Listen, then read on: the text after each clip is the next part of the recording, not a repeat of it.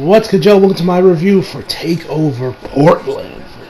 Show just finished wrapping up. Well, actually didn't finish up. I also watched the the first part. I think it's the first part of the Ruthless Aggression documentary that they're airing now on the network.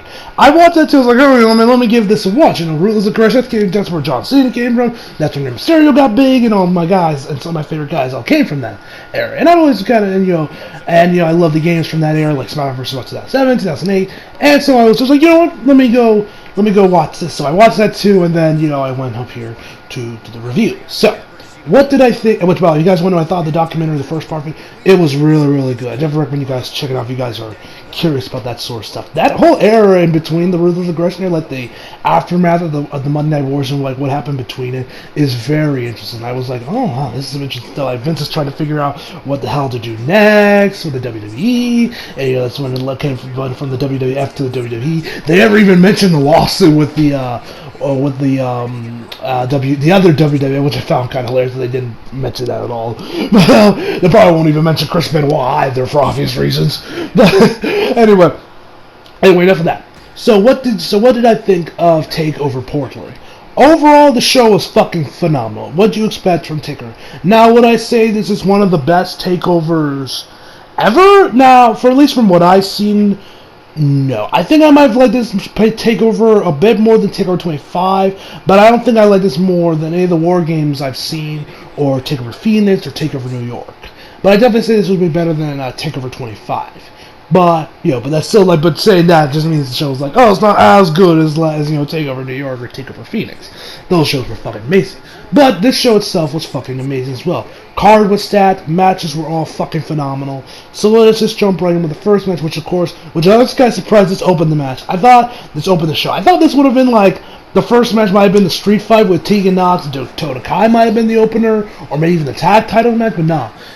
But Keith Lee versus Dominik Dijakovic was the opening match, which this match was fucking awesome. Out of all the matches that he had, this is probably my favorite. We started the match off with Keith Lee doing a fucking Hurricane Rana. Yes, you heard that right, a Hurricane Rana from a 300-pound man in Keith Lee. This man can't be fucking human. Anyway, so with all that being said, oh man. Yeah, like I'm just thinking back onto the match, man. There was just so many crazy spots. Like there was this one where Keith Lee also had Dominik Dijakovic in a chair, and he just hit him with some chops, which were deadly. There's other times where he also did that thing where he did Adam Cole that became a massive meme, where he just pushed him and sent him flying. But then we got Dominik Dijakovic, man, Keith Lee was doing some crazy shit in this match, but Dominik Dijakovic, man, he was like, no, you're gonna do Hurricane Rana and some other moves, it's just when we get to the end of the match. I'll talk about that in a second, but I gotta talk about. Okay, so Keith Lee is in one of the computer chairs, for that the commentators used to have. Keith Lee is in there. Dominik Dijakovic goes inside the ring and legit jumps from the top rope. He does that thing where he goes into the top rope and then legit does a flip in midair and lands on Keith Lee. I was just sitting there in awe of that segment, being like, what the fuck? At this point, I'm done. I'm like, these guys can't be fucking human. How the hell are they moving like this? It was batshit insane. Then you get to the end of the match where you got I believe Keith Lee hit a spirit bomb, which Dominik Dijakovic kind of rolls into, and he just kind of starts to going Super Saiyan a little bit. And I really dug the end of the match where Keith Lee or Dominik Dijakovic tries to hit the, I believe, Feast Your Eyes, but he can't lift up Keith Lee because his back gives out, and that's when Keith lands the spirit bomb and of course pins him 1, 2, 3. They also shake hands, and he also helps him up get on the second rope, and they have their little thing. Match itself was fucking amazing, guys. If y'all did not watch Takeover Phoenix, for the love of fucking God, go out of your way and please watch this show. It was fucking lit. Anyway, so let's move on to the next match, which was the street fight. Now, this match was also surprisingly good. Now, I love both Dakota Kai and Tegan Knox. But I didn't expect them to for this match to be as great as it ended up. Now, I do have one major problem with this match, and that was the ending. I wasn't a big fan of the ending of the match, but we'll get to that when we get there. But the match itself is great. So first off, of course, you got Tegan. She always comes out dressed up as Captain Marvel, and she usually does some variations with the colors. This time, she actually first off, she was wearing pants because it's a street fight. They usually always wear pants. She was wearing some pants as well but her top was the Captain Marvel shit, which it was predominantly white with like the star, some of the other lines being green. It looked really cool. So Tegan, and then you got Dakota Kai, who was just wearing a t-shirt and some loose-fitting booty shorts. Thank you very much, Dakota. So, first off, Tegan makes her entrance, and Dakota comes in and jumps her, and that's when they go and start off the match. They go to a fucking, they hit the fucking power button, they floor it from start to finish. This man went from 0 to 100 in line, just like that. Like, they were throwing each other into the barricade, they were throwing each other with fucking trash, with like the top of trash cans themselves, like, there was a lot of crazy spots with chairs. The amount of chair spots in here, like, there was ones where Tegan Knox put it Tegan Knox put it like on top of her neck. When she's on ground. There was one where she had like the chair standing up. She like unfolded the chair and legit shoved Dakota's head right into like the opening of it and was about to kick her fucking head up. Thankfully Dakota dodged it. And there was a lot of other crazy spots in the match. Chains got involved, and I just started chanting, Chains! It was just like, remember, how many of y'all remember in Spider-Man 1 where you had that one guy chant, or just screaming out, Cage! That was me, but it was Chains! So that was hype to see them throwing a chain. Like, they definitely went all out for this match. And you could tell Dakota and Tegan were trying to steal the show, and definitely trying to follow up what Dominic Dijakovic and Keith Lee did. And they did a pretty bang-up job for what they were given. And so then there's also a couple of times where we tried to do table spots, but we just never got until we got to the end of the match. And yeah, man, I was actually kind of expecting the knee brace to come into play, like Dakota's the one Dakota ripped off from Tegan. I expected that to come into play later on much, but it never did. Although Dakota did go, or Tegan, I should say, did go for Dakota's knee brace a couple times with the chain.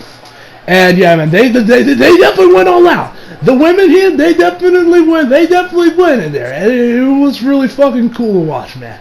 Really cool to watch. So, let's get to the ending of this match, which, honestly, I wasn't really that big of a fan of. So, Tegan is beating the ever-living shit out of her with the chain. And she also hit a devastating shiny wizard, or the shiniest wizard as she calls it.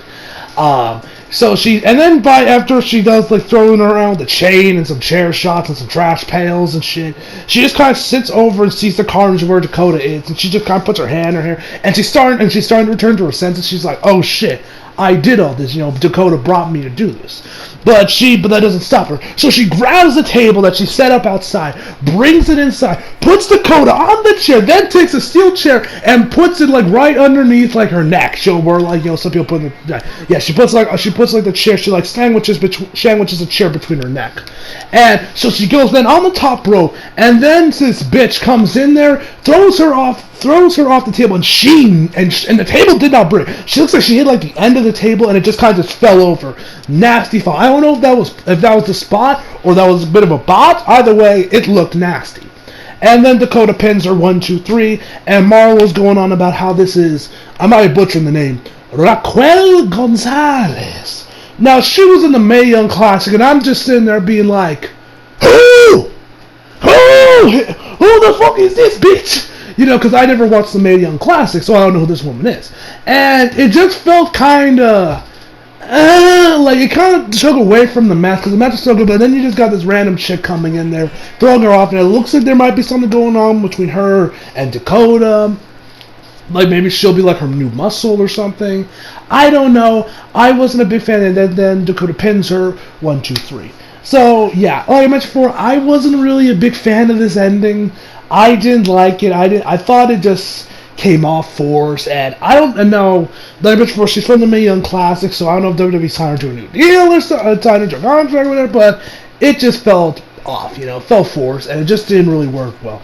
But also, I gotta say, that table spot was fucking nasty, though. With it looked like just like her head just kind of like hit like the support on the table and just fell over, man. It was a nasty bump. And matches like this just show you, it's reasons like this why I love the NXT's women's division, because these women will legit fucking kill themselves for their match. You look at this match, you look at the matches that Candice LeRae and Io Shirai had at War Games, or no, that was Toronto, Takeover Toronto, and then you saw the women's War Game match, and it just makes you look at the main roster's women's division, just like, man, y'all are a bunch of fucking pussies. Because you would never see Alexa Bliss do half the shit in this match. You will never see Dana Brooke do half the shit in this match. And this is why I love NXT's women's division so much, and, main roster women's division is fucking shit. You would never see Lacey Evans go to this ring. You will never see Nia Jackson do her hell. She probably accidentally kills someone if you put her in this kind of match. Because of how much of a safety hazard that bitch is. She can't fucking wrestle, I'm sorry. Anyway, mini rant aside, either way, this match was fucking awesome. Wasn't a big fan of the ending, but still an amazing match nonetheless. So let's move on to the next one, which was Johnny fucking Wrestling versus Finn Balor, which my man Johnny actually came out rocking Carnage gear this time. That is so fitting against Finn Balor, my god. This is why I want to see Johnny and Seth face off. For no other reason than I swear they would probably coordinate their outfits. I would love to just see what characters they would pick. Anyway, so let me get this out of the way right now. Was this better than any of the trilogy matches against Adam Cole? No. Was this better than the Ricochet match at Takeover Phoenix? No. Was this still a 5-star classic? Yes! The fuck would you? Of course, this match was fucking awesome, man. Bruh, this match was fucking awesome, man. It wasn't as good as some of the previous matches Johnny said Takeover, but my god, did both of them fucking bring it. 20-minute classic. So, started the match off. Lots of grappling, everyone. They're pretty much just trying to out-grapple each other, just feel each other out, just trying to out-grapple each other, left cool counters. Then it starts getting serious, Johnny to a suicide dive, which Johnny with Finn caught, but he almost countered into the 1916, but Johnny countered that one. I think he hit a senton off the apron, or that roll you do off the apron. He hit that as well, and a lot of other crazy stuff going on. Well, there was actually one time where there was a couple times where Johnny was trying to get in that DDT he does over the top rope. One time he couldn't get it, and then there was actually this one time where Johnny was inside the middle rope, and his body was facing, or his body was inside from the second rope. Finn goes on the top rope and is going to legit hit the coup de grace right from there, but he dodges it. Then Johnny hits the DDT, and then they just start brawling. And then there's this one where they just start brawling and punching each other, and then we had this epic stare down between the two, and where they're just just trying to hit each other, and they're both running the ropes, but they just kind of keep missing each other. But Johnny managed to get a couple hits in. It was so fucking epic, bro, man. That match was fucking awesome.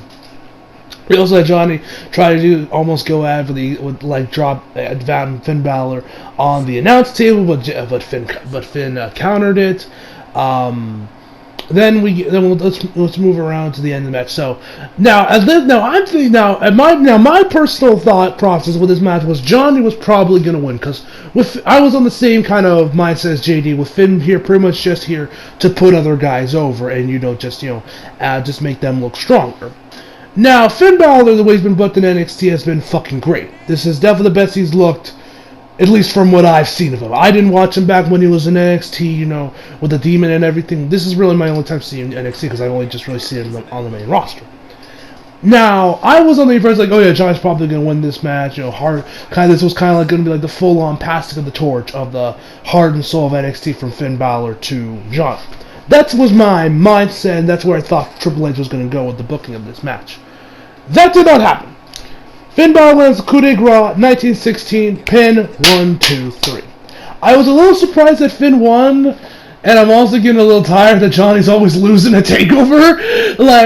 I'm like, fam, Triple H, can you let Johnny win at least a couple more times? Christ! I mean, The match was great, and I understand why he had Finn go over, to try and still make him look strong. But at the same time, I'm kind of like, Johnny could have won this match, and it could have worked too, man. But we did have the ending for the Tommaso Ciampa match, which we'll get there when we get there. So, overall, fantastic match. Not as great as Johnny's last couple matches at Takeover, but still a masterpiece nonetheless. So let's move on to the next match, which was Bianca Belair versus Rhea Ripley. First off, before we even discuss the match, I gotta talk about my girl Bianca real quick. So you guys might remember a couple weeks ago on NXT, Bianca came in there, Charlotte came in there, and we were like, oh, is she gonna pick Rhea or not, for WrestleMania? She obviously didn't make a decision, and then we found out where her decision was here at Takeover. But man, my girl Bianca was the fucking MVP of that segment. My God, she went full on black girl in there, man.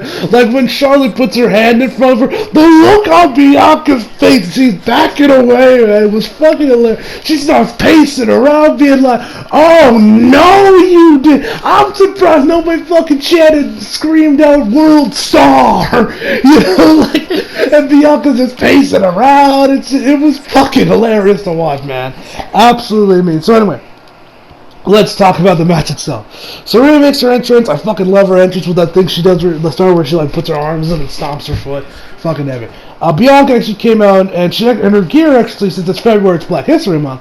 On the back of it, on the jacket she was wearing, it said Black History in the Making, and then all over her gear it said Black History in the Making all over her gear.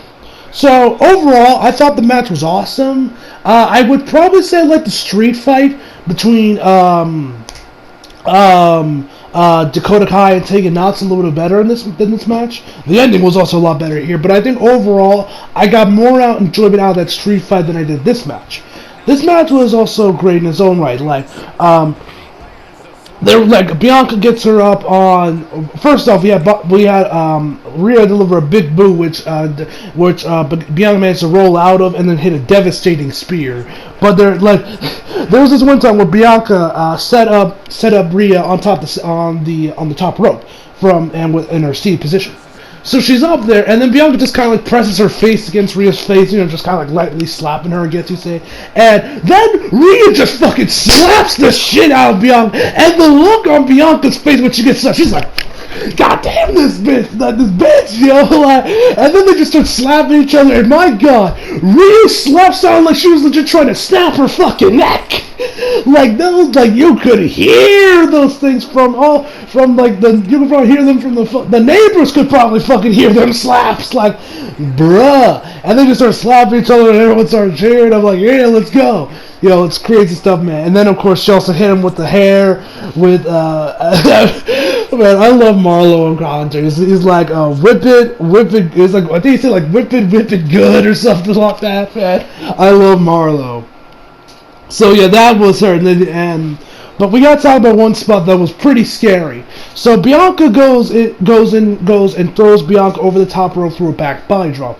The way Rhea landed, she very easily could have teared something it looks like her feet kind of slipped when she made contact, which thankfully saved her. And then the look on Rhea's face is she's kind of on all fours, and she probably was like, holy shit, I could have torn something. She was probably like, holy shit, I'm actually, my limbs are still attached, and she was probably like, oh, ooh, that could have gone bad. And I was like, ooh, because she legit could have torn something in her ankle or something, man. It was a pretty scary spot. But then Bianca jumps off from the top rope, and my man Marlo, for the love of God, get this on a fucking shirt. He says, it's time for Air Belair.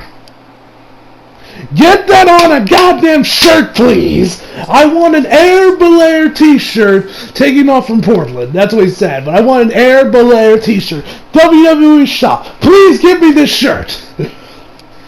So anyway, so that was hype. I love that Air Belair thing. So you got that, and then we end the matchup with Rhea hitting a riptide from the second rope. So she pins her, 1, 2, 3, matches over, she starts celebrating for it, but then of course Charlotte comes in there, attacks her, and says, I'm taking you on at WrestleMania. And then, so then she leaves, and then she actually attacks also Bianca too. Now, this is what I want to talk about real quick, guys. With Bianca, now we know that Rhea, the way this has kind of been booked, they've kind of made Bianca they've done Bianca low-key kind of dirty with this whole thing between Charlotte and Rhea, like she already is a loser and like she doesn't really matter in this scene. And JD has mentioned this countless times on off the script. What if me personally, I'm for it being a triple threat match between Bianca, Rhea, and Charlotte for the NXT Women's title at WrestleMania. I'm down for that match. But could it be with Charlotte also attacking Bianca as well? Could this mean they're actually going to go that route and set up a triple threat match? I do hope so, but if we just get the singles match, cool. Because with how great Bianca was in the Rumble, I'm not a big fan of how she's been now. They've been kind of like, they're low-key kind of doing it a little bit dirty a little bit with the build for this match, with everything, with it kind of being sandwiched with the whole stuff with Charlotte. So hopefully we get the triple threat match because I think Bianca deserves it, but if she doesn't, oh well. So, let's move on to the next match, which was a tag title match. And I gotta say, bruh, the amount of gray in Bobby Fish's beard, like, did the man forget to put on his Just for Men today? Like Bobby Fish's beard has been pretty normal most of the time from what I see, but for some reason today, it was like very gray today. So I don't know if the man forgot his Just for Men or what. But anyway, so then you had the Broserweights come in. And they came out on the Broserweight mobile, or whatever it was called. And he starts singing that little nursing rhyme he came up with on NXT last week. How many fish could Bobby Fish fry if Bobby Fish could fry fish? And literally on the Titan, they even have a little sing-along thing with the fish on top. And on the side Titantrons, they have one of those mechanical fishes you would hang up on your wall with Bobby Fish's head on it. Low-key kind of freaky, I won't lie, but it was so fucking hilarious, and they're just singing along. How much fish could Bobby Fish fry if Bobby Fish could fry fish? How much fish could Bobby Fish fry if Bobby Fish could fry fish? They do a couple of times, and then of course the Undisputed Era comes in there, attacks, and then we get the match. Match itself was awesome. I love Pete Dunne. I love Matt Riddle. I love the Undisputed Era, man. It was great stuff. We had a lot of the teams going back and forth where like Matt Riddle or Pete Dunne would block or count or dodge moves, and like Kyle O'Reilly would hit Bobby Fish, or Bobby Fish would hit Kyle O'Reilly. That happened a lot throughout the match. And there was this one time around, I think in the outside, Bobby Fish was towering Matt Riddle's legs, I believe. And then you had Nigel on commentary. I love fucking Nigel.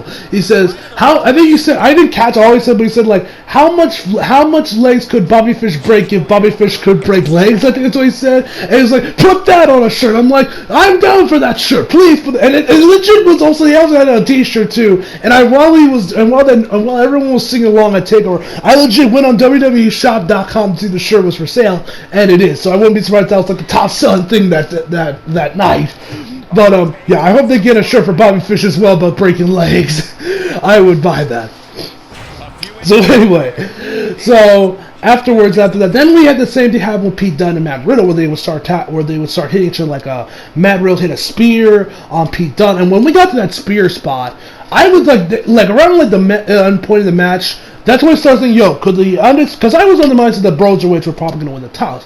But around this here, especially when they started attacking each other and the spear spot, I was like, oh shit, could this mean that we're actually going to see the Undisputed Era retain the titles? But that didn't end up happening, and the Broserweights win the match. But it got some pretty close near falls where I was like, oh shit, I think the Undisputed might actually retain the title. But no, Broserweights won. And yeah, there are your new tag team champs. Which, man, if this is punishment for Matt Riddle, please rain this upon me. If this is punishment, if this is Triple H's idea of punishment, man, rain that shit down upon me. So anyway, let's move on to the main event. Adam Cole, baby, versus Tommaso Ciampa. This match was fucking amazing. This was match of the night for me. Absolutely fucking fantastic match. Bro. My man, these two were absolutely great together, man. So I'm gonna skip around to around the middle of the match, because this is when shit started to get crazy. First off, I believe, I'm pretty sure Tommaso threw Adam Cole off a computer chair or something. He rolled off of a chair, and Then afterwards, you have Marlo kind of leaning over Nigel. He's like, oh, he can taste gold. He can nearly smell it. He's just like kind of leaning over as he's doing this, man. I'm not paying attention to that. I'm just looking at Marlo just leaning over, talking about how close Ciampa is to getting Goldie back. But then Tommaso goes on top of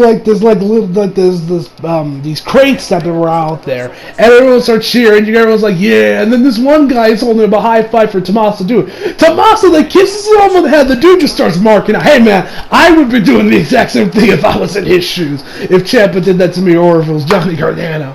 So yeah, so you got that.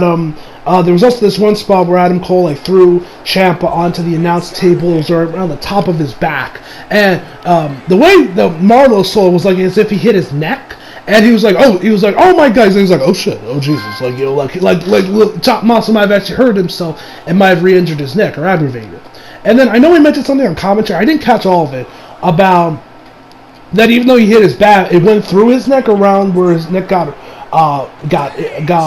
repaired, surgically repaired, so there was that. But then let's just move on to around the middle part, around the end of the match. So Ciampa manages to hit the fairy tale ending. I think after Adam Cole hit the Panama Sunrise on the apron, Tommaso lands the fairy tale ending. He starts getting emotional, and I'm thinking this is the end of the match. 1, 2, 3. 1, 2, kick out. This is when the match starts getting batshit crazy. The Undisputed Era starts coming in there. They start raining hell, and Champ, and then the referee gets knocked out. Then you had Adam Cole hitting Ciampa with like 3 super kicks in a row before hitting him with the last shot. It was fucking batshit insane. So then the referee gets knocked out. Fairy tale ending. The crowd is counting to fucking like 20, and the ref's out. The Undisputed Era comes in there, but then Johnny Gargano comes in there, he's rocking a DIY t-shirt.